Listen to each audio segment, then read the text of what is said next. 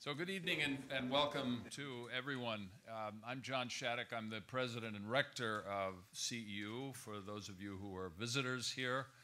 And welcome to all the students who are joining this evening's panel. It's a very exciting opening public event for a whole week of an extremely important exploration, and I think that's probably the right word to use here, of strategies for developing means of overcoming what has become known as the resource curse, as we all know. I'm just going to say a very few words of introduction and then turn the panel over to our expert moderator, who I'll introduce in just a moment, and then sit in the front row and be able to absorb much of what's going to be said here this evening. So I think the theme of the panel discussion this evening challenges us to come up with answers to what one of our speakers calls, he calls it the $1 billion question. I think I'll call it the multi-billion-dollar question. And that is, how can East Africa stop losing so much revenue? And of course, that's a question that could be applied in many other settings as well, as I'm sure the panel will be exploring. We certainly know that oil and gas revenues have been discovered in East Africa, and that this could transform or should transform the economies in the region and the countries in the region and the welfare of the citizens of the region. But we also know that similar resources discovered in other poor regions often haven't led to investments, in infrastructure or in social services, and that increased revenue often hasn't produced development or the alleviation of poverty and inequality and all of the challenges that face not only East Africa but many other parts of the world. So one answer, and I'm only going to pose the answer and then listen to what the panel has to say about it, one answer to the multi-billion-dollar question is transparency. We all know that the transparency, the concept of transparency, the very word transparency has a very broad appeal, but it's an appeal because it seems to be such a benign term. We know that corporations and governments are often willing to endorse this concept, at least until it gets to the point of talking about the real issues, which will be the topic of this panel, no doubt, and that is the way in which the resources that are exploited in terms of those discoveries that have been made in East Africa and other places, those resources are allowed to become the benefits for the citizens of the region in which the resources are discovered, which seems almost self-evident, but that's where the controversies no doubt begin. And that's certainly the starting point of tonight's panel, which will assess the role of transparency and other strategies in addressing the resource curse. We have a stellar group here on the CEU platform. Dr. Danny Kaufmann will moderate the panel. As you all know, Dr. Kaufmann is an innovator and a global leader on resource governance and development. He's the president of the Revenue Watch Institute and a member of the World Economic Forum faculty in Davos. Also, I don't know whether I'm going necessarily in exactly the right order, but I think let me introduce now Prosper Ngowi, who lectures on economics at Mzumbe University in Tanzania and is a prolific writer and commentator specializing in East Africa's oil and gas sector. Charles Wanguhu is a social activist with a strong governance and human rights background. He's the current coordinator of the Kenya Civil Society Platform on Oil and Gas. And finally, to my immediate left is Dr. Ricardo Soares de Oliveira, who lectures on comparative and African politics at Oxford University and has worked in the field of energy governance for the World Bank, the European Commission, the National Democratic Institution, and many other places. So let me also, of course, extend a very warm welcome on behalf of all of CEU to all the participants in this wonderful 2-week intensive professional training course, development course that has been organized by the School of Public Policy. I know our participants come from, I think, some 22 countries, I was told, if I'm not mistaken, Bernard, wherever you are. But thank you for being participants in this, coming to CEU and having us be able to host you at this. I also want to give a special thanks to the Revenue Watch Institute and the Natural Resource Charter for having established a strong partnership with CEU in this very, very crucial and cutting-edge field of public policy. So with this, Danny Kaufmann, I turn the discussion of the evening over to you. Thank you very much.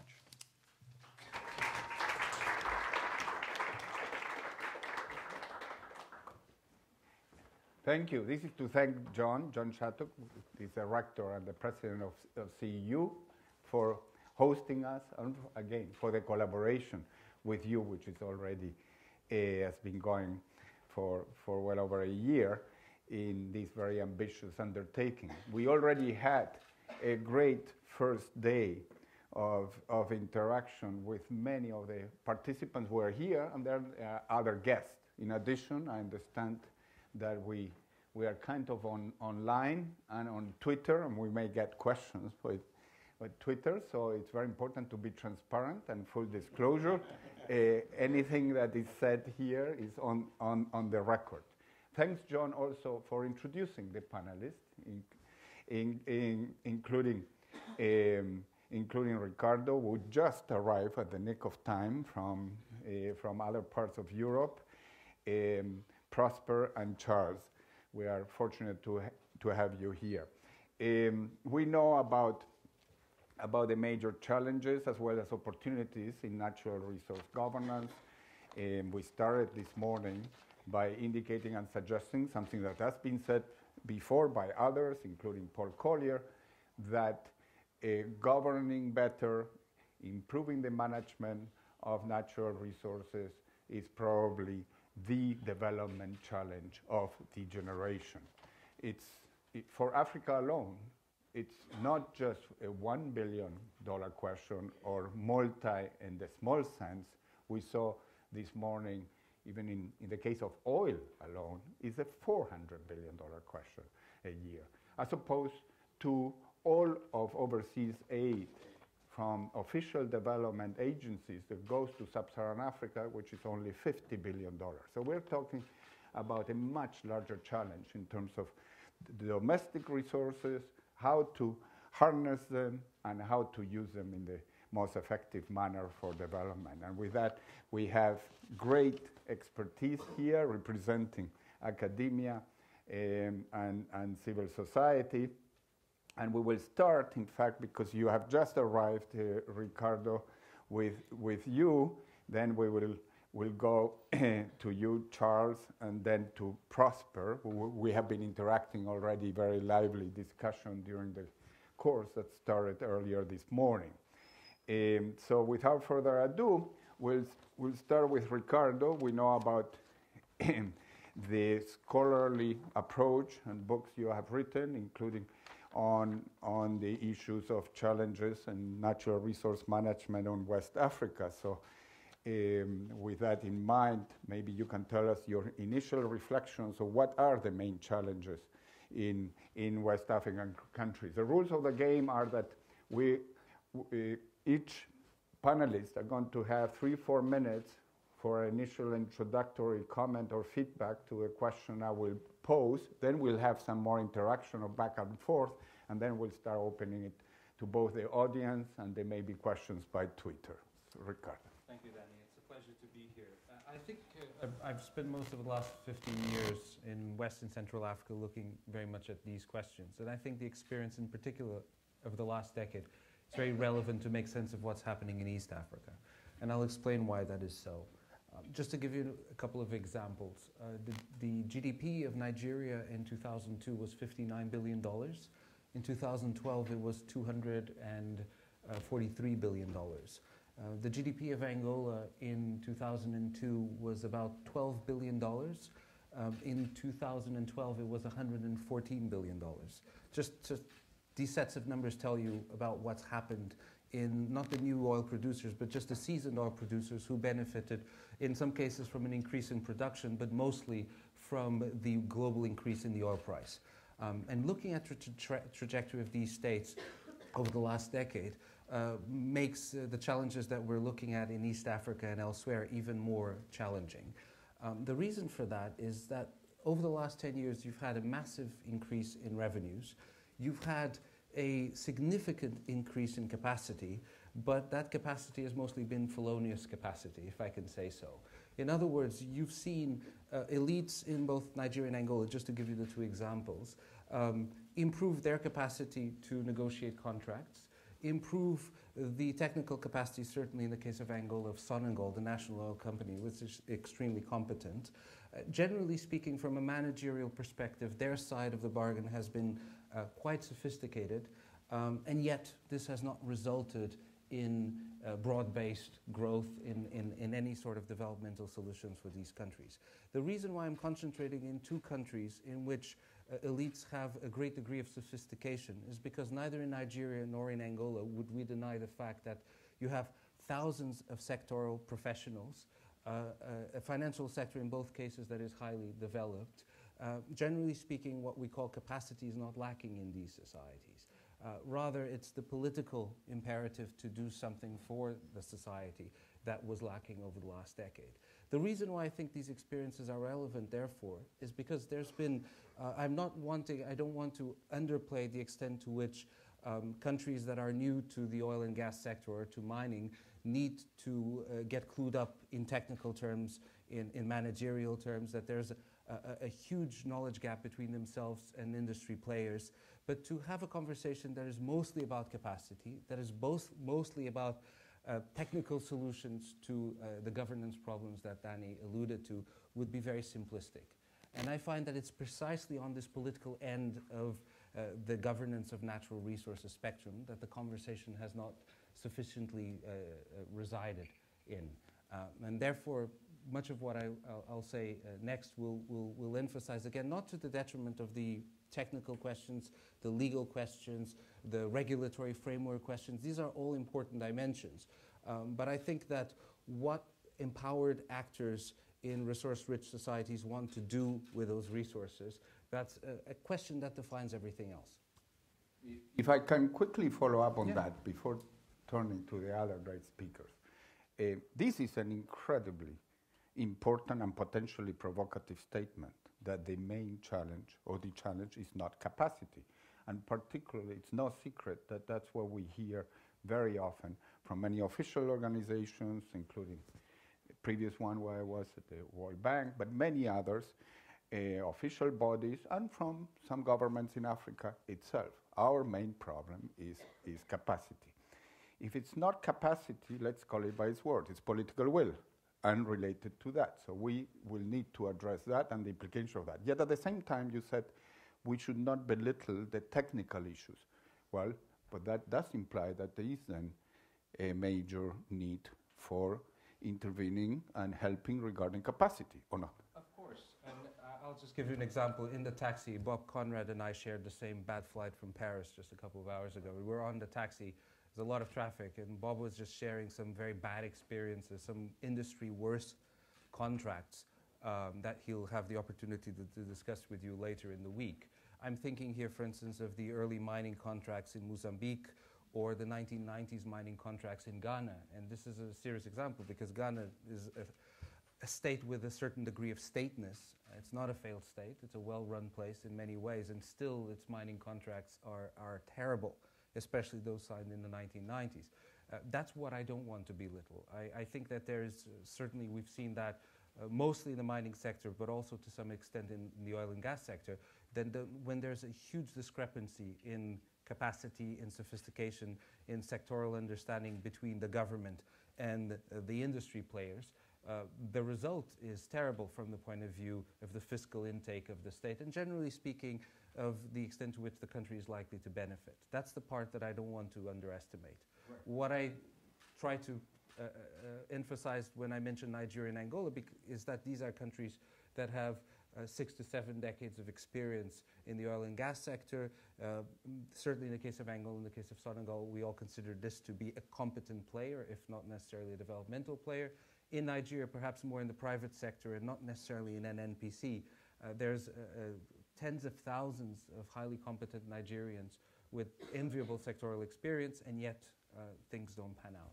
So then the question becomes whether the reality may be quite different or similar in the new producers who do not have all these decades of experience. And we'll turn in a second to Charles and Prosper from that, because they represent both Kenya and Tanzania. Kenya and Tanzania alongside Mozambique and a few others, major or relatively major. In the case of Mozambique, is just vast amount of new discoveries, gas in particular, but in some cases oil as well.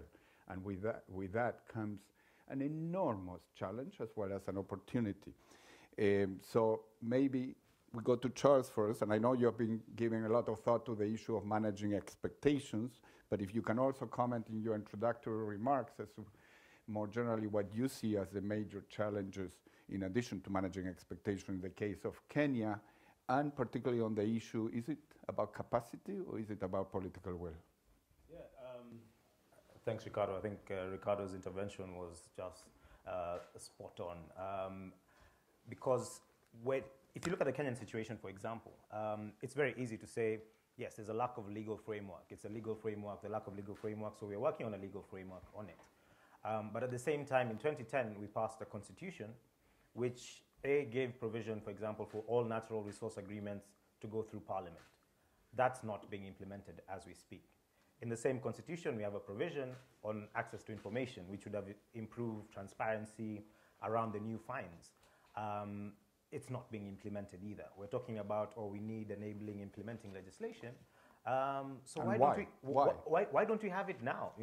4 years later, why don't we have this enabling legislation to put in context this good provisions of law? And it goes back, there's a lack of political will. And having said that, there's a lack of political will because I feel there's also a lack of understanding, a lack of appreciation of natural resources. Especially what natural resources mean, and especially in the context of the curse. Because what we see, especially when you go on the ground, natural resources are not the same as previous resources. So the politicians are seeing this as business as usual. But when you go on the ground, people feel ownership of these resources. So they're not going to allow these resources to just sort of be frittered away. So there's a lot, which has led to also a high expectation amongst the people where the fines are. So people are expecting transformation of their lives. A lot of the fines have been in areas where there's was previously underdeveloped. They had no services at all. So they're looking at this new fines and feeling this is what is going to transform their lives. But at the same time, when you come to the capital, where now that is supposed to translate into policy, into effective policy on how the revenues from that, we're not seeing that. When you're seeing about getting a good deal in terms of maximizing the benefits, we're not seeing that translating in the capitals.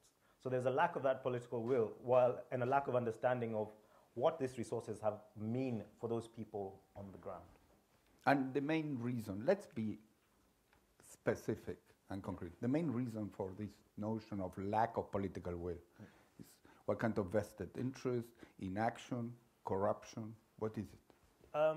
I think we keep leaving the wolves in the ship's pen and expecting different results. I think that's just sort of the easiest way to put it.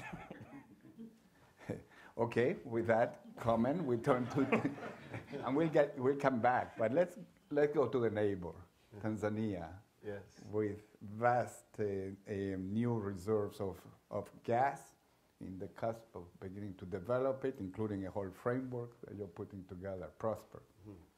Yeah, I think the Great name, by the way, Prosper. Yeah, actually, my name's Honest Prosper. Honest Prosper, right? Now, so honestly speaking, then, I think among the greatest challenge, getting it correct this time around.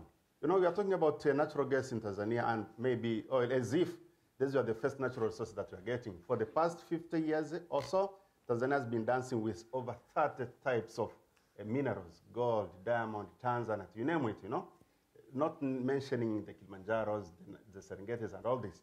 And yet, we are yet to see the development that one would expect from a nation that has, that has kind of enjoyed all these natural resource endowment. So, having gone wrong for the past 50 years, really, I think the challenge is really getting it correct now. It's like now we're having the last bullet. We're having the last card. If it's football, it's Argentina having the last penalty against Brazil, just for example. So you miss it, then you miss it.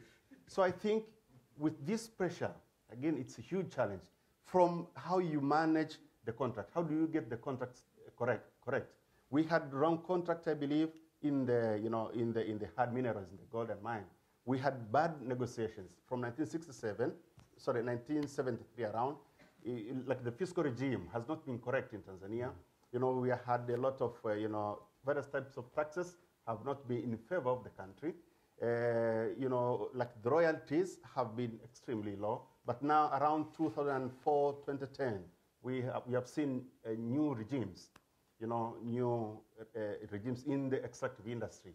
But now these are new regimes that are coming, that came almost 30 years later. Now, to what extent now these new regimes that are relatively better are now being operated in minerals that still exist? With the technology that exists, if minerals have been extracted for the past 25, 20, almost 30 years, when you bring in new regimes, what is it that is left again? So I think the challenge now will be for natural gas. To what extent are we now going to get it correct? Even when we changed the old regimes to new regimes, contracts we are binding, and so some companies, most of investors said we are not ready to go to the new regime. So they remained in the older regimes. We are very lucrative to companies, but not the country. So the government has to kind of negotiate with new companies that do not have like a mineral sharing agreement, mineral development agreement from before. Again, now assuming that we get the revenues, and there's for natural gas, I think something that is going to come maybe 6, 7, 10 years to come. Again, using it correctly, it's a challenge. There are huge expectations, but then there have been huge promises. The politicians, as some of our colleagues have said here, we mainly think for the coming 5 periods that I'm going to be in office, so I'd like to spend as much as possible in my term, so to say. And this is a huge challenge, whether we are going to get expectations, we are going to get priorities correct, it's a problem. Whether we are going to spend in a way that will not kind of fuel inflation, it's a problem. Whether we'll be ready to spend it in a proper way, where we also think of the marginalized, the voiceless, and all kind of things. We are likely to use, you stop me now? No, but these are lots of wonderful questions, but we want also an answer. Are you implicitly, let's be explicit, are you suggesting that it may make sense for Tanzania to slow down and to deliberately go slower in the rate of extraction and development and the use of resources because of the concerns that you have, and also perhaps as a way of ensuring that the future generations benefit more? Is that? No. Not necessarily going slowly, but going correctly. And you may go fast and wrongly, but going fast but correctly is the way. And now, here comes now the role of learning from others, role of learning from those who have gotten it correct. We have Norway, for example, we have Trinidad and Tobago, and some other countries. But I've also said, and several times repeated, we also have to learn from those who have not gotten it correct, so that we don't fall on the same mistakes. We tend to take good practices, and sometimes we copy and paste, which is wrong. But I think we should also look at those who have not made it correct and avoid, those challenges, those mistakes. If tomorrow you are the prime minister, and you look like the type of person who could be prime minister. It's hypothetical, but who knows, it may happen. If you are, and there is political space, talking about political will, political space in the relatively short term for one or two key initiatives and reforms, what would those be that you would promote? Actually, it is the president who does those, not prime minister. So if I become the president, so I think the key issue will be, maybe contrary to my colleague, I think I will build capacity. Build capacity to be able to use those resources meaningfully. Well, I believe, yes, capacity is extremely important, but it's leaking. You know, this is one of those countries that are resource rich and capacity poor. So I will always focus on building capacity for the locals, of course, on how to use the resources and And in addition to capacity, any reform, policy reform that you think the country would need? Well, I believe we have gone through many policy reforms. From mid-1980s, this is a country that has undergone major and far-reaching reforms in the management of the economy. Remember, it's a country that had a socialist past. So I think the key issue again in Tanzania, as is the case for many other African countries, as Charles has said, well, it's not only reforms, but implementing the reforms. We have among the best laws, rules, policies, strategies, you name them, implementation. So if there was a policy called the policy of implementation, I would put one in place. So now Charles has gotten promoted from prime minister to president of Kenya. Hypothetically, what would be your priorities? I think my departure point would be, I mean, going back to what Prosper was saying, is I'd actually prefer if we stopped first. Let's stop first and say, what do we want from these resources? In Kenya, for example, we don't have a strong extractive sector background, right? So we've had a very good sort of mixed economy and things. So for me, it's, okay, how do we use these resources to springboard to where we want to go? For example, we have a Vision 2030, but it's not, you know, it's not sort of a completely accepted agenda in Kenya that this is where we want to go. So I'd say let's stop. If that's where we want to go, what procedures can we put in place to get us there?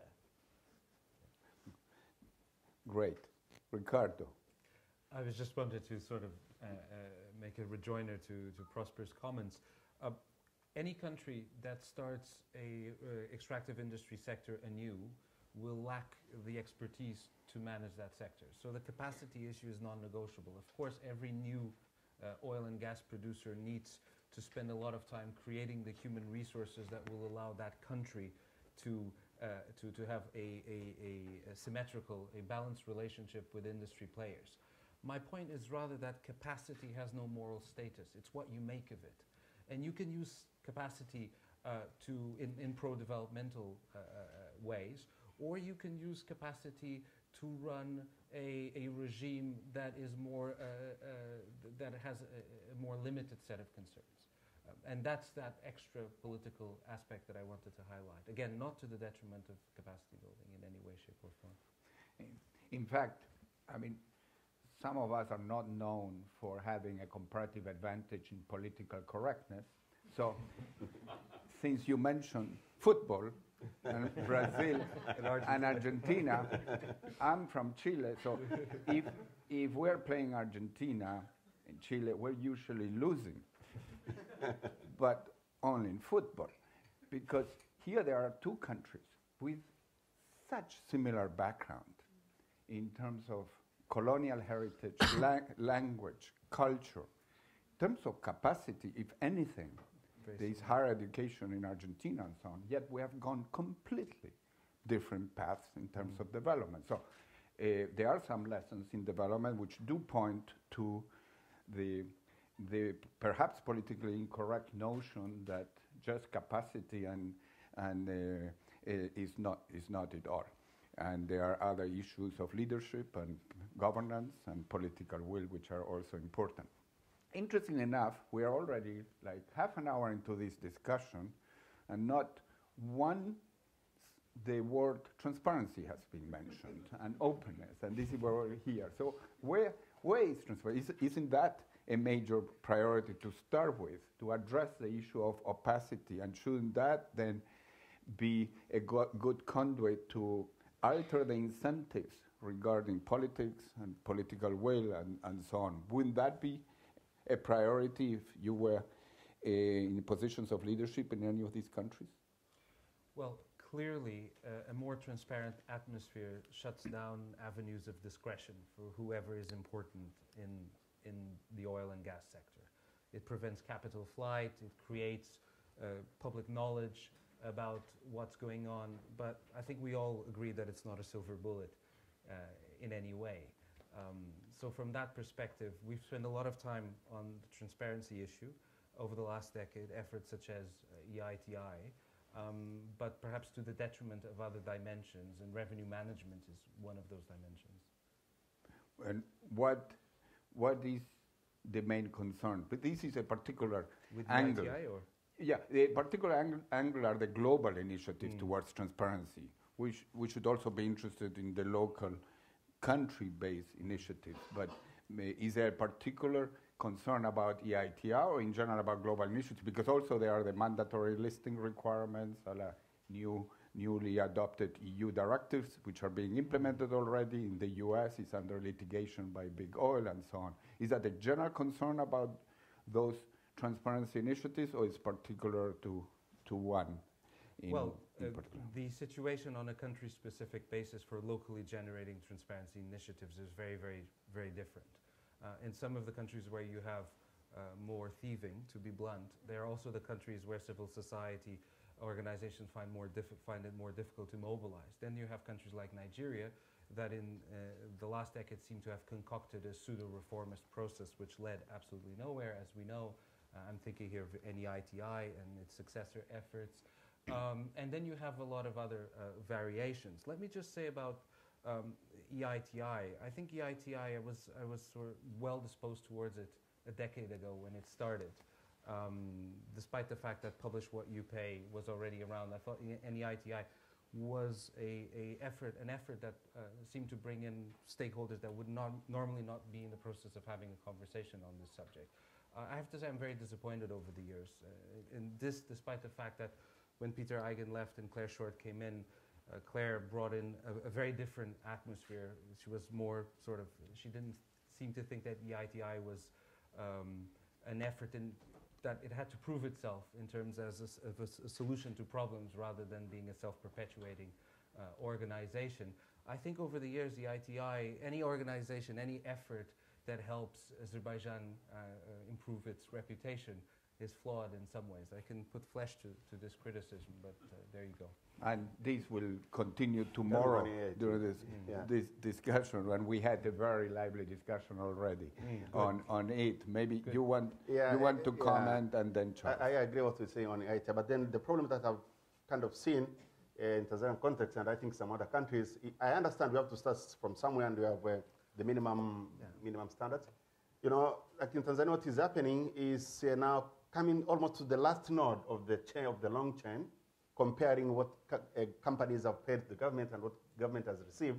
While indeed, if you draw the whole commodity value chain, really it's almost, I think, node number, maybe 6 or 7. If you have been if you have lost from, you know, the quantities that exist, the quantities that have been extracted, the quantities that have been sold, the profit that, you know, really coming to compare the revenues, I think, I understand there is a reason to that, but indeed does not, in my view, does not really give a true picture. You are coming to post-mortem that will never, you know, bring the dead body to life. Put it that way. But again... So bring it to life. What would you do? Well, you're the president now. Yeah. What would you... Okay, so what would be your suggestion? Well, of course, I understand. You know, one has to... But then if the process could start from really comparing the quantities that exist there, the commercial quantities that exist down on the ground, the quantities that have been really exploited, the quantities that have been sold, you know, all those kind of things. Along the whole chain, it would make more sense. And again, that we go back to capacity issues. But again, on the context of on transparency, I think it's beyond it, as he has said, it goes to contract. I think most of our countries are in a situation where most contracts are not really in the public space. Yeah, they are kind of confidential, a lot of confidentiality clauses where citizens, parliamentarians sometimes I'm not sure about my colleague, my friend, parliamentarian from Ghana, whether he knows what his government is signing with companies, you know, those kind of issues. We have situations where the minister has the discretion, for example, to make decisions on, you know, number of issues within the contract. So, you know, this disclosure in contracts, I think, is one of the problems too. This is absolute music to some of our ears, and mine in particular. You know, with Guinea, we have this pioneering program thanks to the collaboration of the country of Guinea on resourcecontract.org. And because that was such an important missing element, including in the previous standards of EITI, now it's at least being encouraged. But this is crucial to get the data, not just on revenues, but to know what the deal was and get the contracts online. So already they're online and one can go there. Because Guinea has been a pioneer, other countries are beginning to come in. So we will talk about Tanzania and Kenya next. But let's go to Kenya on this point. Yeah. Charles. Not to belabor what I've already said, but I mean, transparency is only just a part of the big link. I think there has to be openness from the beginning. So if you start with a very open process, there was open bidding, including even inclusion of the community. I think concepts like free, prior, informed consents of the community, I mean, these are key things to start off with, so that it's a very open process from the beginning with opportunity for input. When you come in at the stage where, like in the Kenyan stage now, where we're trying to put a legal framework in that removes the discretion from the ministers, so that we go through a very competitive process and the contracts are published. Now, you've sort of missed that place. So now we have the contracts already in place. We can't discuss them. There's the stabilization clauses, so we can't change anything. You cannot. Yeah. So there's already that section where we can't even engage at that. So, I mean, there might be a bit of transparency, also helped by international disclosure mechanisms. But, I mean, you're sort of caught there where you're just like, okay, it's good, I know. But I can't change anything significant. Yeah, and those are clear challenges. But I guess we need to also keep in mind that while I think you're all making the argument that transparency is not sufficient, but let's do agree that it's essential, A, and B, let's face it, we're not there yet. There's so much opacity still. It's not as if we have the data, and especially high-quality data, to be able to do the things that you're doing with contracts and then with revenues and change. Not to speak about another issue which is supposed to be very important in EITI, in the new standards, and that's the state-owned enterprises. A lot of more focus nowadays is on the private sector, multinational. That's really important, but sometimes we turn a blind eye to the national mining companies and the national oil companies where a lot is happening. I thought you were going to say, when you mentioned Nigeria, about the recent $20 billion missing funds and scandal that led to the resignation of Sanusi and the governor of the Central Bank was discussed this morning. And that maybe is a such way to open this discussion, because Ricardo, you mentioned the so-called pseudo reform process of Nigeria. So maybe you say something, what do you mean by that, and why pseudo? And then let's go to all the participants here, which are many, and I know many of you have such great experience and views. But I'll be relatively brief. I think that about 12 years ago, when we started talking about the EITI published what you pay, generally speaking, the transparency agenda started to get mainstreamed. Some governments like Angola's, Equatorial Guinea's, were just adamant. They just didn't want to do this stuff. They were completely hostile to the reform agenda. Other shrewder governments, and in that regard, the Obasanjo administration was quite smart. They understood that this new trend had to be indulged somewhat, that you couldn't just go on like in the old days. The same way that corporations adopted corporate social responsibility as a sort of defensive mechanism mostly, most corporations, not all. Some governments decided to engage in a reformist process. And if that reformist process was itself a sort of reform-like process, in other words, it was a step-by-step, long-term, voluntary process that didn't actually ask governments to do that much, but in the meantime created opportunities for reputational enhancement, why not get on board? And I have to say that EITI allowed that for a long time, and it doesn't anymore, not to the extent that it did. It was not a very demanding effort. But let me concentrate on NEITI, the Nigerian case, rather than the international framework. NEITI, in the mid-2000s, you had people like the current and then finance minister, Ngowi, Yewala. You had Minister of Solid Minerals, Obi. All of these people seem to have access to the president. They seem to have a high-level mandate to change the sector. And Nigeria got a lot of good rep out of that process. In retrospect, I find that process to have been insincere. Not only was it a process manipulated by President Obasanjo, and when he no longer had the need for these technocrats, he let them go. But I question, especially in view of Finance Minister Ngozi's siding with President Goodluck Jonathan last week in her criticism of Sanusi, I question whether these technocrats are not lending themselves more or less self-consciously to being used politically by politicians who don't mean the reform effort, or at least they don't mean it all the way. Well, we certainly have a debate here. So I think that's what you asked for. Yeah, absolutely.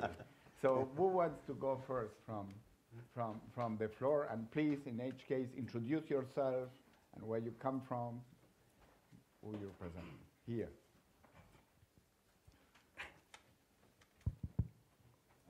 I'm Samuel Momo from Sierra Leone. I work with the Ministry of Finance and Economic Development, specifically in the Revenue and Tax Policy Division. The issue of resource management over the period, it has been an outcry all over resource-rich developing country that we have not been getting it right. The correct atmosphere has not been created. That has been the cry all over. Now, I see that in Prosper's presentation is somehow optimistic that they are going to get it right in Tanzania. Now, my question here is, I may benefit a lot from his response. What are the indications that you are going to get it right? Secondly, the Ricardo and Charles has emphasized on political will as a very critical issue if we have to get it right. Are you optimistic that the current political atmosphere in Tanzania is not ripe enough for you to say that you're going to get it right? If that is the case, how different is the current political atmosphere to the previous one? In terms of capacity building, as a long time we have been crying over lack of capacity. When are we going to build up this capacity?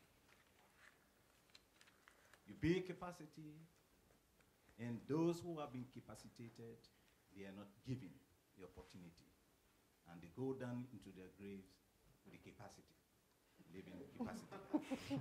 Thank you. Well, great questions. Let's go to Charles first. On the building capacity question? Well, no, I think. Yeah.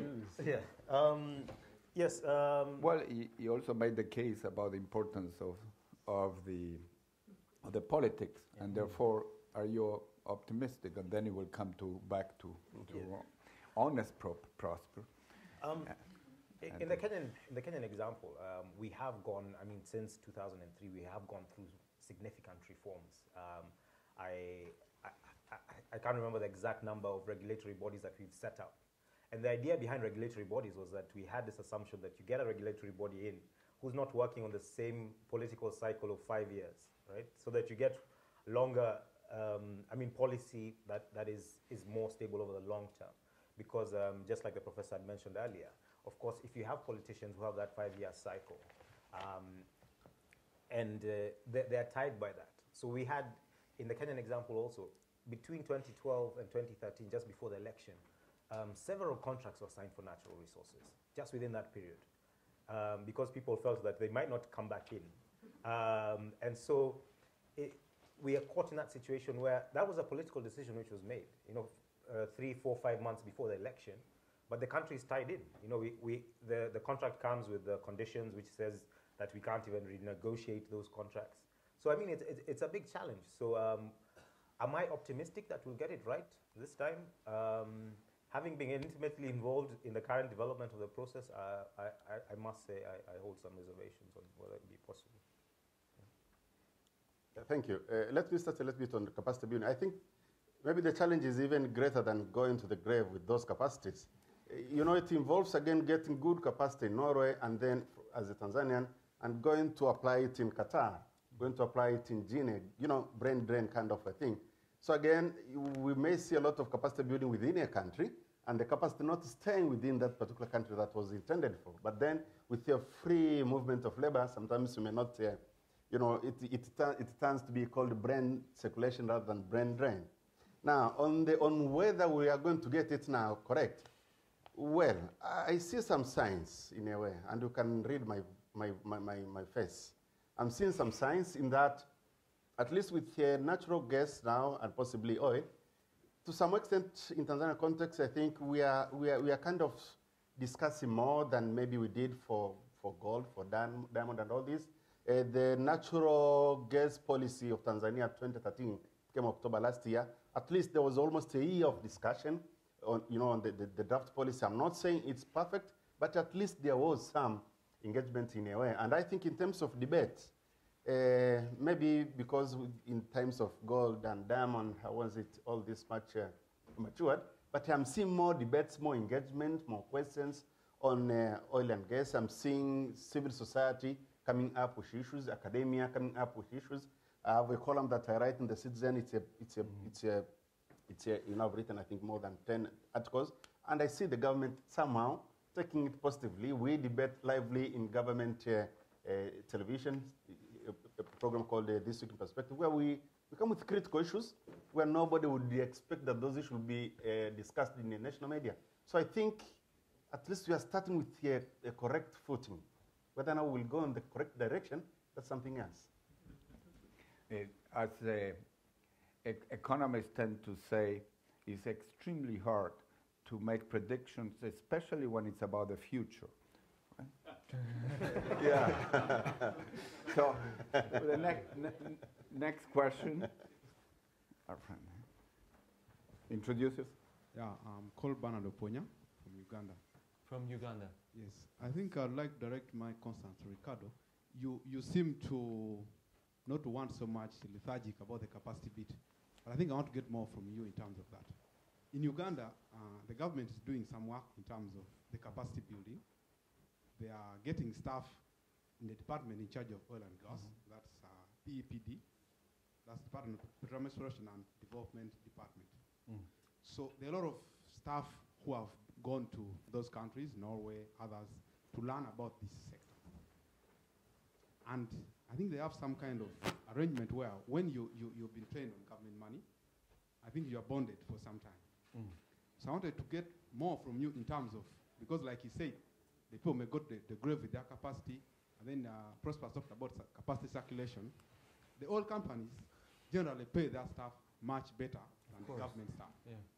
So what then should be the interplay between that capacity which government has built so that you have it within government instead of training and then they go out, they keep on going out?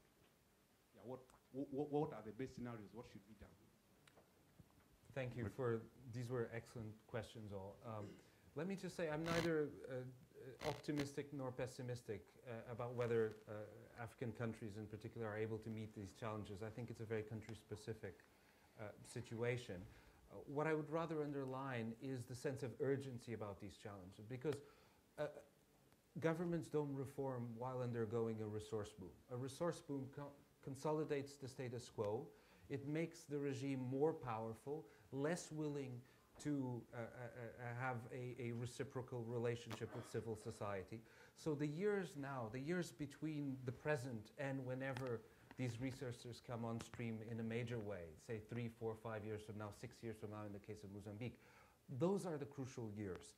And the institutional capacity and the legal structure that you lock in before, that's what's going to define the life of that sector for a generation or more. So my take is not at all pessimistic, but it's a sort of it's a challenge. In a very really short amount of time, things are going to have to happen, both in intangible ways as to the quality of the politics of some of these states, but also in terms of the formal apparatus. For instance, the role of parliament in many of these countries is junior. These are very, very, very presidentialist systems in which the president doesn't abuse power. He can literally constitutionally do whatever he wants. It's always a he in the countries we're referring to, except for Liberia, perhaps. So from that perspective, there's formal work to be done in order to consolidate a degree of oversight, which parliaments are just mostly not able. Kenya is partly an exception under the 2010 constitution.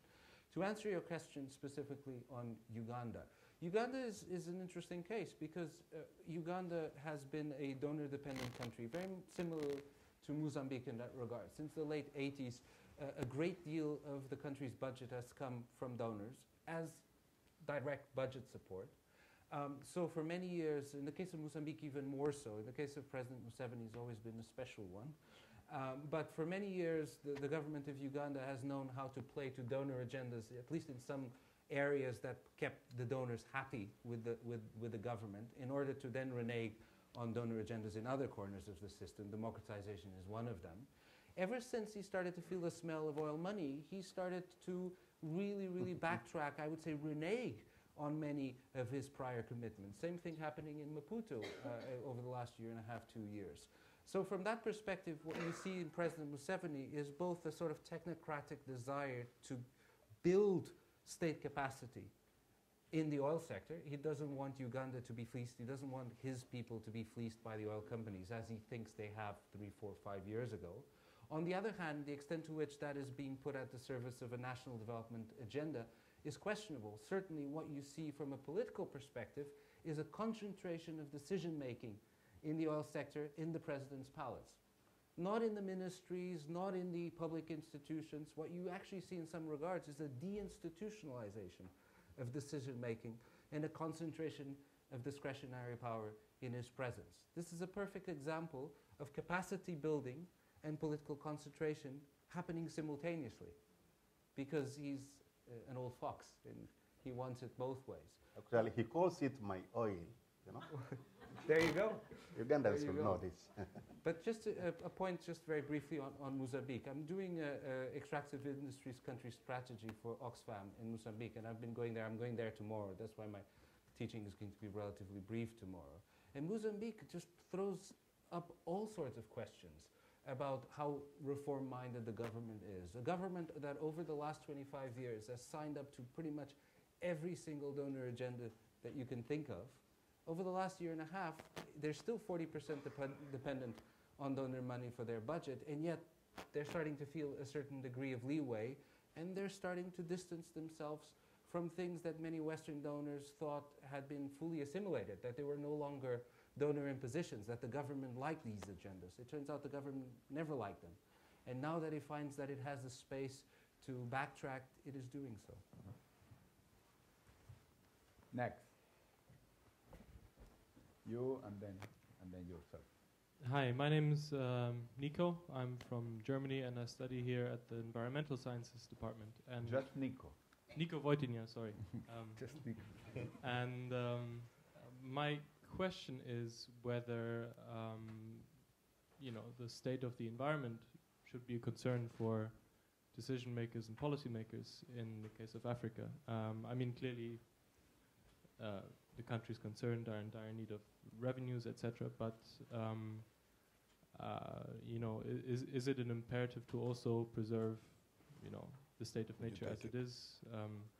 Prosper, you mentioned Kilimanjaro and Serengeti. Surely those shouldn't, or similar situations shouldn't arise. For example, in Malawi, you have some developments of gas resources being found under the lake. That might mean some serious implications for the tourism sector. So, what's your view on this? Thank you. Yeah. Okay. Thank you. Yeah, of course, the state of environment should be an issue, but now whether it has been an issue, that's something else. We have seen, for example, one of my colleagues said this morning, in Tanzania, we have just discovered the uranium at the middle of Selo national game, and this is in the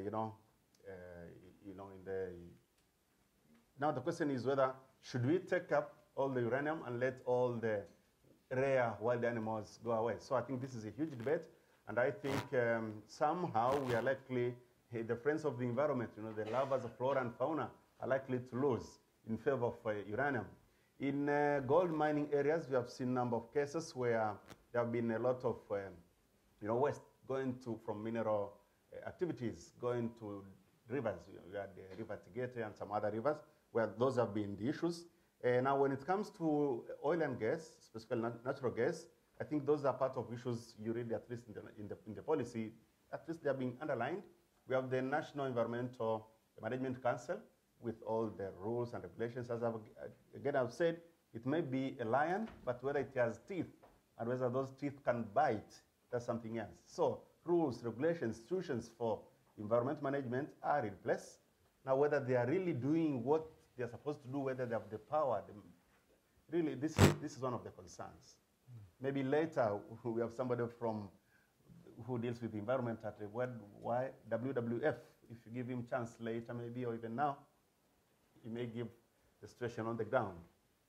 We will go first to you, and then once we go to that side of the table, we'll come back to the environment. My name is Bigaim Sankulova, and I'm a modular doctoral student from the Legal Studies Department, and I come from Kyrgyz Republic. I have two questions, if I may. The first question is related to the statements on good models or like best practices. Well, a number of natural resource-rich countries definitely face a lot of challenges in trying to turn the increased revenue flow into the sustainable development of the respective countries. So I wonder, are there any good models, maybe countries or specific mining projects that would be good for the mining or oil and gas sector of East Africa? That's the first question. And then the second question would be related to the involvement of the communities. Some of the speakers emphasized the importance of being open, of making sure that the community is involved. So I wonder, do you have any impact and benefit agreements in East Africa, like the ones in Canada, that, for example, Canadian mining companies sign with Aboriginal communities? Thank you.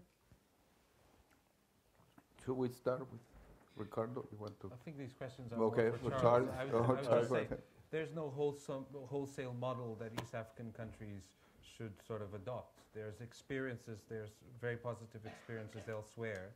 I'm skeptical about the best practice of Norway being sort of fitting like a glove with experiences in places like Chad, if you will, simply because the institutional context is so different for all sorts of reasons, obviously enough. But I think that there's many countries in the quote-unquote developing world that have had far more positive experiences. Certainly in West Africa, Ghana's not playing out like Nigeria thus far. It has a lot to explain to its neighbors. Botswana, obviously, in the mining sector is very specific experience. But there are, even in Africa itself, experiences that are much more positive than some of the end of the spectrum experiences that I focused on in Nigeria and Angola. That said, those bad experiences are more frequent. So. Yeah, I mean, just to add to that, we in Kenya, I mean, we are looking at all other jurisdictions. I think Ghana has been sort of what we've been looking to because they seem to be, sort of closer to what Kenya is. But again, the Kenyan context has to come in terms of what would be agreeable, for example, that will actually go through Parliament, for example. And that's what we're finding, that a lot of the policies that are already in place in Ghana are being shut down as we speak. In terms of impact and benefit. What is being shut down exactly? Provisions, for example, one, like I mentioned before, the provision around Parliament. That is what is one of the biggest contentions now. The Constitution speaks about Parliament enacting legislation that will talk of the transactions that would have to get parliamentary ratification. So of course, at the moment, the technocrats are preferring a model where parliament has a very low say in most of the contracts. So I mean, that's a sort of one example. While in Ghana, that you have a model which, you know, proper ratification by parliament, but also has a public interest and accountability committee, which has its own challenges, but it's still there. You know, it's a provision that's already there. So that's something at the moment which doesn't seem to be on the table in Kenya. In terms of impact and benefit, and it goes to the question before of just Nico, the environmental and impact social assessments, they're ongoing at the moment. Some of the oil companies are undertaking a big project. But what we find is because of the low regulatory, the very low regulatory capacity, they are not followed and implemented effectively. So at the moment, some of the oil companies are implementing a very effective sort of community engagement, but that is due to problems that they've had. So they've experienced problems with the community, and now they are appreciating the importance of engaging the community. So it's also not a standardized thing across the board. So it's basically a case-by-case basis. So if the company is in an area where the community is not hostile, they sort of just go in and do what they want. But when there's hostility, then they implement processes. Talking of environmental impact assessment, I understand. It has been a problem, I think, in some contexts, even Tanzania context, where some of these environmental impact assessments have been funded by the companies themselves. So you find huge conflict of interest. You know, I'm funded by you. It's exactly like some researchers funded by the pharmaceuticals, you know, those kind of issues. So you really find issues within that. So the question is not only ticking the boxes that environmental impact assessment has been done, but who did it? Why? How transparent was it? How objective was it? So we have bigger problems that we are thinking. I think in the Kenyan example, there's actually an environmental impact assessment which says there's no impact. I mean, it's an offshore installation, and they're saying there's no impact. There'll be no impact on marine life. So I mean, you can just sort of see in terms of illustration. Yeah, It cost a lot to get to that. just wait. Let's move on to this topic that was only briefly mentioned, because in particular, if we hear Ricardo's a very sobering political economy reality and assessment that you have, the role of state, national oil and gas companies, and also national mining companies, how can they then become part of the solution within your analysis and framework, which makes it sound that it will be part of the very same capture by the political leadership and uses away from improving governance? Or is there a way of transforming many of these national companies into a positive force, like in some cases, like in my own country, the national mining company is extremely efficient. It's not without some issues which are raised, at least raised, and there's an improvement. But what's your view on the national companies and their future? And then I want to go to Charles and Honest Prosper. Well, historically, we need to accept the fact that in places, the old PDVSA, Pemex in Mexico, Aramco in Saudi Arabia, these companies were very important players, especially in the 1970s, in diminishing the asymmetry between foreign corporations and local and the local state, and in some cases replacing foreign investors wholesale. So I think historically they've played not always a negative role, but and that I think is a very important place. And certainly in the case again that I mentioned earlier in Angola, Sonangol, which is probably the second largest company in Africa after Algeria, Sonatrach. It's really in many ways an admirable enclave of excellence with a lot of technical personnel and the capacity to create a certain symmetry between Angola and the foreign oil investors. The problem is what political ends they serve through that capacity. And we know that in the case of Saudi Aramco is the personal instrument of the monarchy. In the case of Angola, President dos Santos defines what Sonangol does for good and ill. So the question really is about national oil companies. They're neither intrinsically good nor bad, but they're a function of what the regime is trying to do more generally. So we go back to the ultimate political question. Do the rulers of resource-rich states have a developmental agenda for their countries, They certainly, in the case of Nigeria or Angola and some of the East African countries that are now going to see a windfall, a completely different order of magnitude of what they've had available in the post-colonial period, they have a real opportunity to make a difference. They will no longer be traditional sort of cash-poor African states. They will be able to make choices. The question is what choices they want to make.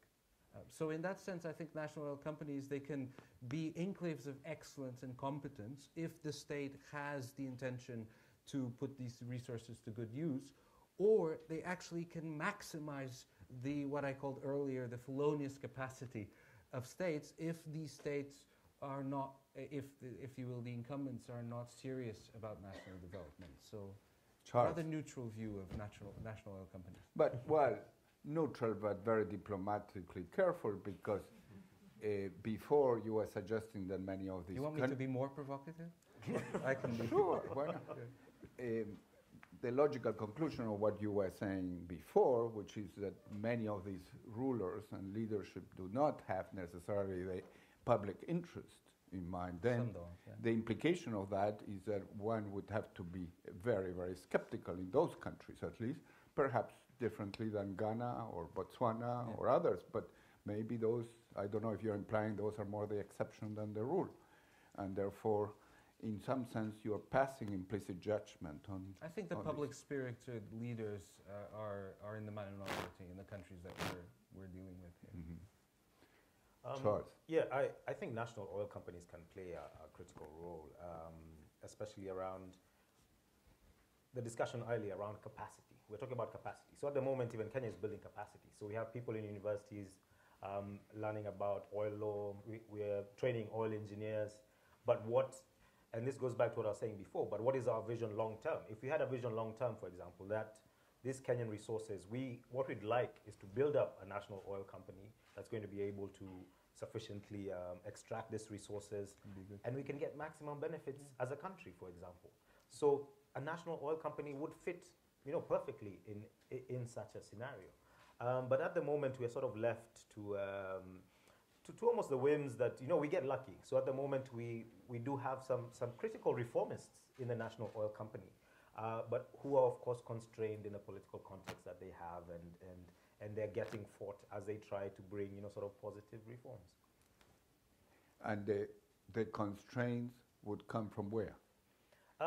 Well, okay, for example, our national oil company, the CEO is almost a competitive process where, you go through interviews. But at the same time, the board is politically appointed with no sort of criteria.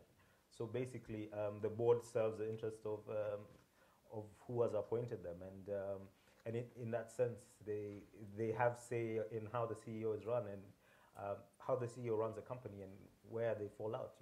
There's pressure that can be placed in the right places.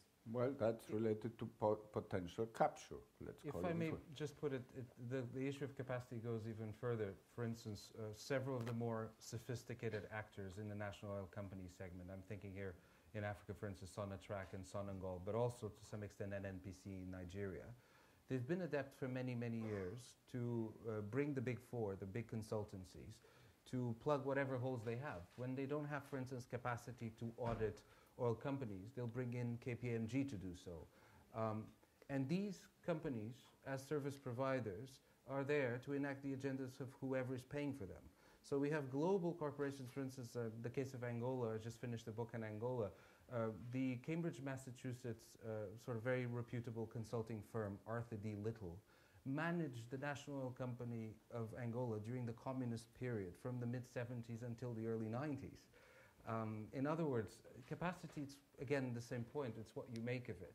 And sometimes when we think that we're sort of building capacity, we're certainly building capacity, but not necessarily the sort of capacity we would like to see. Well, there's the famous case of another consulting company and academics from Cambridge, Massachusetts, and also from London that were advising Gaddafi. Oh, yeah. And got $10 million or more from that, and that created a major reputational scandal once everything was uncovered, which leads to the issue of having also full transparency and disclosure in terms of, in the academic world, in terms of conflicts of interest. When you write op-eds and when you write pieces, are you writing objectively or are you being paid by somebody? So the issue of opacity and transparency applies across the board and across the world. Let's go to you on the national oil and gas companies. Yeah. In Tanzanian context, maybe I'll talk about a company, Tanzania, TPDC, Tanzania Petroleum Development Corporation, which is, you know, part of the issues are this is both the player and the referee. You know, it is the regulator, yet it is also an investor in the sector, and it has a lot of now issues to do with the conflict of interest. But then, the way it is, this is a company really, it's just a state company for sure.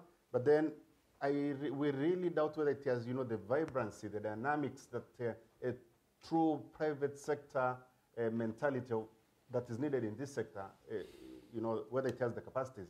You know, whether to be able, for example, because if to really run this as a professional company, modern company, at times you need to raise capital in the stock exchange. It's New York, Washington, or whatever. Now, whether this company can do it, it's really a problem. But also, this is a company where for 1 or 2 decades, it froze employment. It was not employing people. So we have people who are on the 11th hour of the day, people who are going to retire anytime soon. So we have issues with, you know, institutional memory and all kind of things.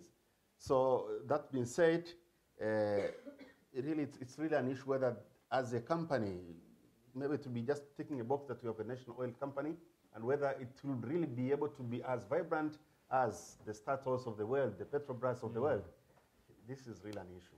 Well, you're saying it's a question, so you're being skeptical. And you would prefer a different approach with more private sector involvement, including in Tanzania? What? For sure. I would also like, yes, within the TPDC, the company that exists, capacity. There is a need really to build the capacity of this company, but also I would like to see more private sector involvement, you know, more vibrant private sector involvement. Capacity and politics, we keep going back and forth. I know there was a question, you were raising your hands, very important perspective. Thank you very much for this opportunity.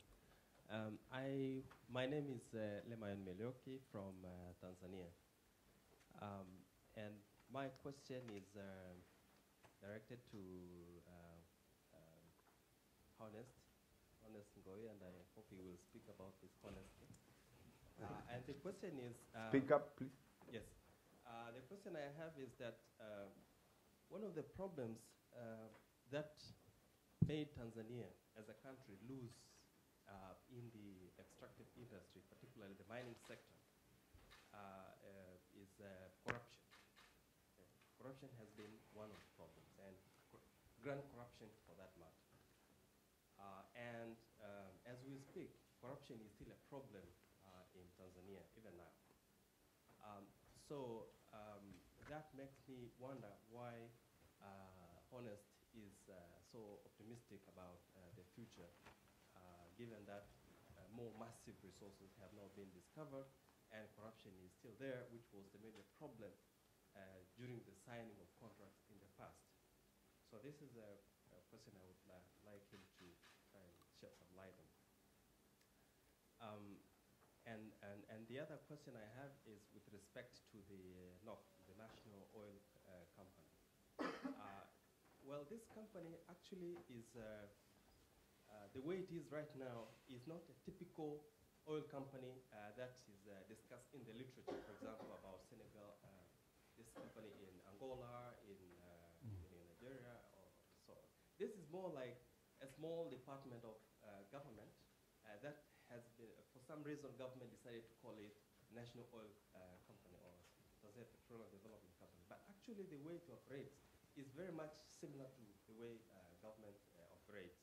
So there is no independence between the company and the ministry.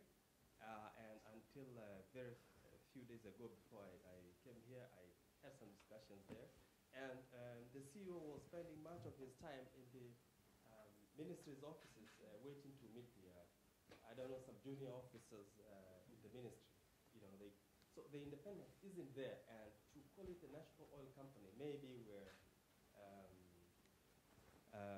it's not really an oil. So what is the question? My question in this respect is that Tanzania does not really, my point actually, does not really have an oil company in the way it is presented in the literature. However, I know that there is a major reform and coming up, and this has been in the government books for more than 2 years now. But the discussion about the reform is not there, and I would like Ngowi, based on his experience on this issue, to shed some light as to what direction should the reform then go in order to get to have a national company that can really operate in the way that these other companies have operated, in the light of corruption, of course, which is a bigger problem. Quick answer. Yeah, of course, I agree exactly on what you're saying about corruption, and it is corruption in contract, corruption in the procurement and all this. As now the question was, why am I being optimistic that this time around we'll make it, although there is so much corruption? If you could see I was hesitating. What I was saying is, it seems that we have started on the right footing, but now whether we'll go north or south, that's something else. Yeah. So I think, by the fact that we are discussing all these kind of issues, to some extent, it's a good beginning that we are trying to see that corruption is one of those problems, could be one of those binding constraints that will make us not make it. I think it's a starting.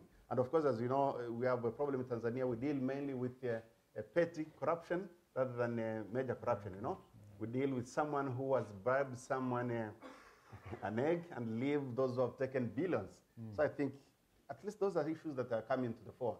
Now, as to what kind of company this TPDC should be, I agree with you that actually what we are having is kind of one of the departments in the Ministry of Energy and Minerals, TPDC, you know. If they make money, you never know whether they'll be asked to finance next election, you know, those kind of things. So I would wish really to see more a vibrant, totally free national oil company. And now I wonder whether it's a must of a national oil company. I once discussed the question of having, for example, Tanzania. You have Air Tanzania. You know, it's a flag carrier, and it's not carrying any flag. It's a company that has 200 people and one flag and one plane. So if you're having companies that are not really companies, better disband them. Okay. Well, now you're talking. Would that apply in the oil and gas sector? I mean, the issue, of course, will be to reform the TPDC so that it becomes really a global company that we want to see. Okay. Totally free, totally independent, totally vibrant, and a dynamic, playing to the rules of the game. Now, the question is, unfortunately, there are more questions. Will the politicians kiss TPDC goodbye and let it go? And I think the answer is no, unfortunately. Ricardo. I just wanted to introduce myself during this conversation. There was a brief foray into EITI, but we mostly discussed this as happening at the domestic level and what politicians do and what institutions do. But this is playing out in a global canvas. And we make sometimes the default assumption that the global atmosphere is reformist and it's the internal politics that are crooked. But I just wanted to bring to the table the issue of capital flight. For instance, the difficulties that we've had in the past 2 weeks for the UK government to have a robust attitude towards Russia because it's so dependent on Russian capital flight. And clearly from countries like Nigeria and Angola and Gabon, and we all know the stories, they're all true. These economies hemorrhage resources on a daily basis that are of a monumental scale. And it's not just to the Western financial systems. It's now to Dubai, to Singapore, to Hong Kong, and many other up-and-coming sort of unregulated financial centers. Just bringing these issues back in also shows that even when you have civic-minded reformist politicians who want to do the right thing, you know, the international system has to help them do the right thing. So let me follow up on this, and we're on the home stretch. So very brief, because I want to have the last quick 2 rounds on two questions. One, since you brought this up, Ricardo, and we have not discussed enough, international NGOs, civil society, You are now working with Oxfam, about to go to Mozambique. What would be your main proposal to do something about it that as a global initiative could help and make a difference on this? You're skeptical about the ITI. What instead, where would you put your investment, your eggs and that? They are international NGOs, civil society, Oxfam, the coalitions, publish what you pay. What should be the focus next? And then to Charles and Honest Prosper, I want to ask the same question, but domestically. In Kenya and in Tanzania, is civil society doing enough to address these constraints? And if not, why not? And what could and should be done more? The domestic politics are crucial, and there's no replacing civil society, people mobilizing for their rights. Nothing's going to be given to them for free. They're going to fight for it. But you asked me about the international dimension. I've, over the years, lost my patience with the voluntary efforts simply because they permit so much free riding. They permit so much double talk. So I think that Dodd-Frank, what's happening in Canada, what's happening in the EU, is the very least that we in the developed world can do. And I'm very supportive. I'm very disappointed with the API's lawsuit against the Securities and Exchange Commission, and I hope that we can fight back in that regard. More generally, and without sort of ending on an overly pessimistic note, when there's a resource boom, this tends to tip the already very asymmetrical relationship between the state and society very much in favor of the state, in favor of the regime, because it gives regimes a lot of money and a lot of aloofness from social pressures. So what's going to happen in many civil societies, not in Ghana and in other democratic places where there's a vibrant public sphere, good media, but in many other places, in places like Uganda and Mozambique, the space for civil society is going to decrease. The government is going to have towards civil society, including civil society organizations that present themselves in a constructive way, the governments are going to have a more adversarial attitude towards them. They're going to do a Putin. They're going to say that they're instruments of foreign imperialism, etc. And the space for them is going to decrease. Another issue that was raised earlier, the issue of brain drain. A lot of people, civil society organizations, are going to lose some people who are going to go and work for the corporate sector.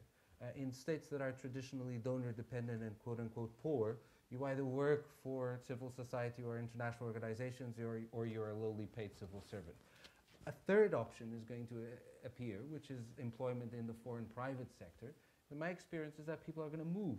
So civil society is going to get also a little sort of brain drain happening within its ranks. So these issues are issues that international partners should be sensitized towards and should play a proactive role addressing and not just wishing these dynamics away. They're going to play out. We need to be ready for them. Well, I hope if we meet in a year or two as a panel again, we're not all working for Shell. Or something like that. Well, there is more money in Shell. Well, and I've got tenure, so. Oh, you got tenure, so you're fine. But Ricardo speaks even faster than some of us, so it may not have been totally clear that he said the lawsuit by API against the Security and Exchange Commission. API is the American Petroleum Institute, which is the lobbying arm of big oil, which is really fighting against disclosure, mandatory disclosure and transparency in the U.S. But that's still ongoing, and we hope that that's eventually going to go through. In the meantime, the European Union has leapfrog ahead of the U.S. Very important. And that's extremely important. It's beginning to be implemented already, UK and other places, and Canada is making progress. So this is a big movement of food, and we should recognize that. So. Charles? Yeah, I think firstly, civil society has to leverage on those international disclosures that you're talking about to first gain that information and then be able to synthesize this information into accessible data that people can use for the communities. I mean, that's sort of the first thing. But then civil society has to keep to its traditional role as well in terms of pushing for transparency. It has to keep pushing the political class to ensure that we talk of political will, but we have to create, it has to be demand-driven so that the communities are also demanding their rights, and that forces the political class to move. And I guess one of the important things as well is just sort of amplifying community voices in terms of getting them, organizing them to be able to articulate the issues that really are close to them. The communities can also be used sort of politically, and we've seen that happen, across the continent. So it's important that we identify the issues that are sort of key for the community, that are sort of a departure point for them to come up with. And I guess lastly, just sort of echo Ricardo's point, but we also have to realize that civil society, the space is shrinking drastically. In the last year, there was legislation in Kenya, for example, which sought to close the space for civil society, so that that civil society will not be able to function. So I think we have to understand that context as well. And this is an incredibly important statement, because if that's happening in countries like Kenya, which we all know that has had many achievements and challenges, but at least the opening of civil society and the movement towards more voice and accountability since the Arab Moi era was recognized very widely. But in recent times, if you are suggesting that this is going in a different direction, and in fact we hear that from a number of countries, that is an extremely worrisome trend. What about Tanzania?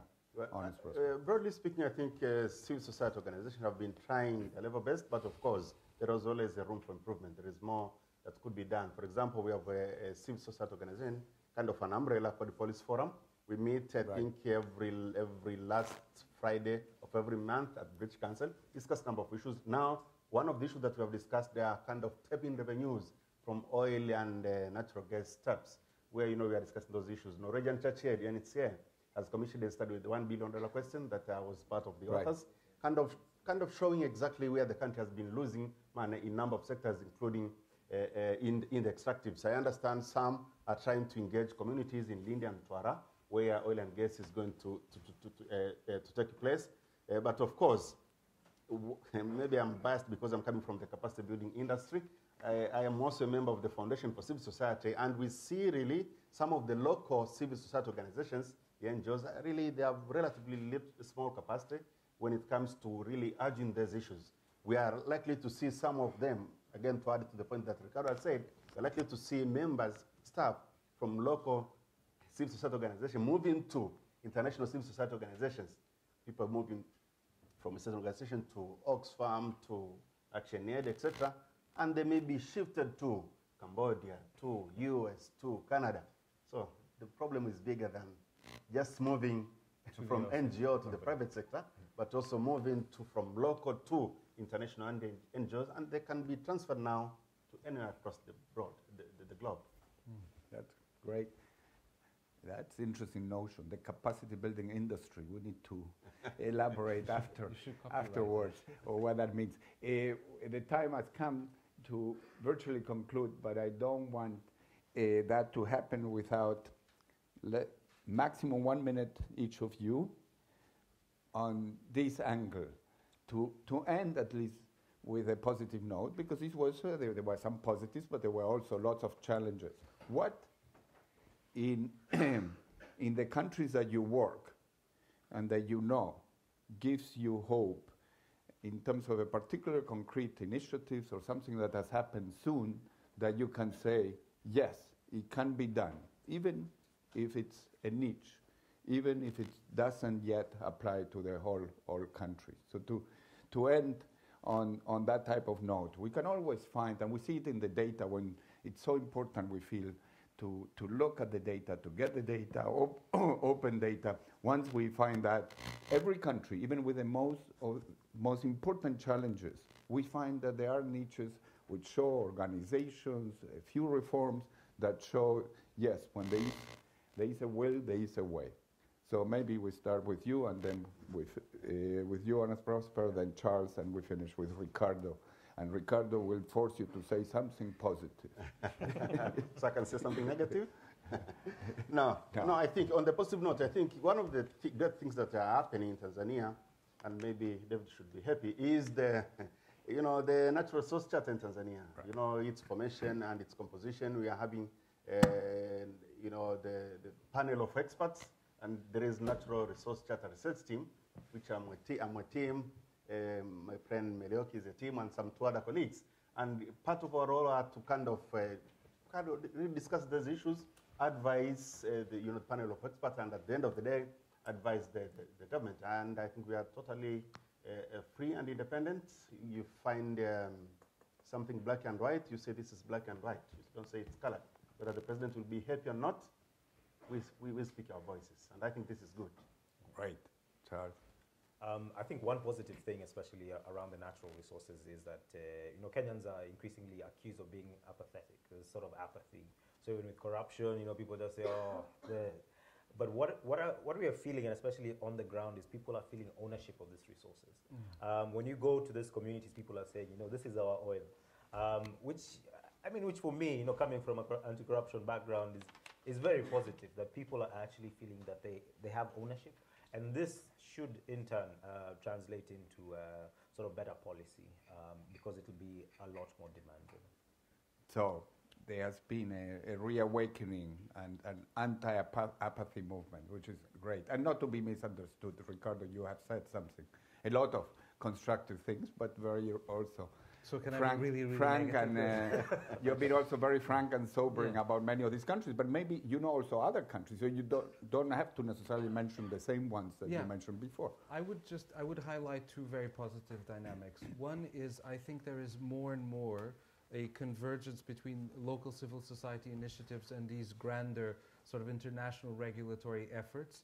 You feel that not only local societies, civil societies are becoming more professionalized, but that their efforts and the efforts in the international system are becoming more mutually enforcing, which wasn't always the case. For a long time, it felt like things were going on all sorts of directions. I think that is the most important positive Where result. have you seen that?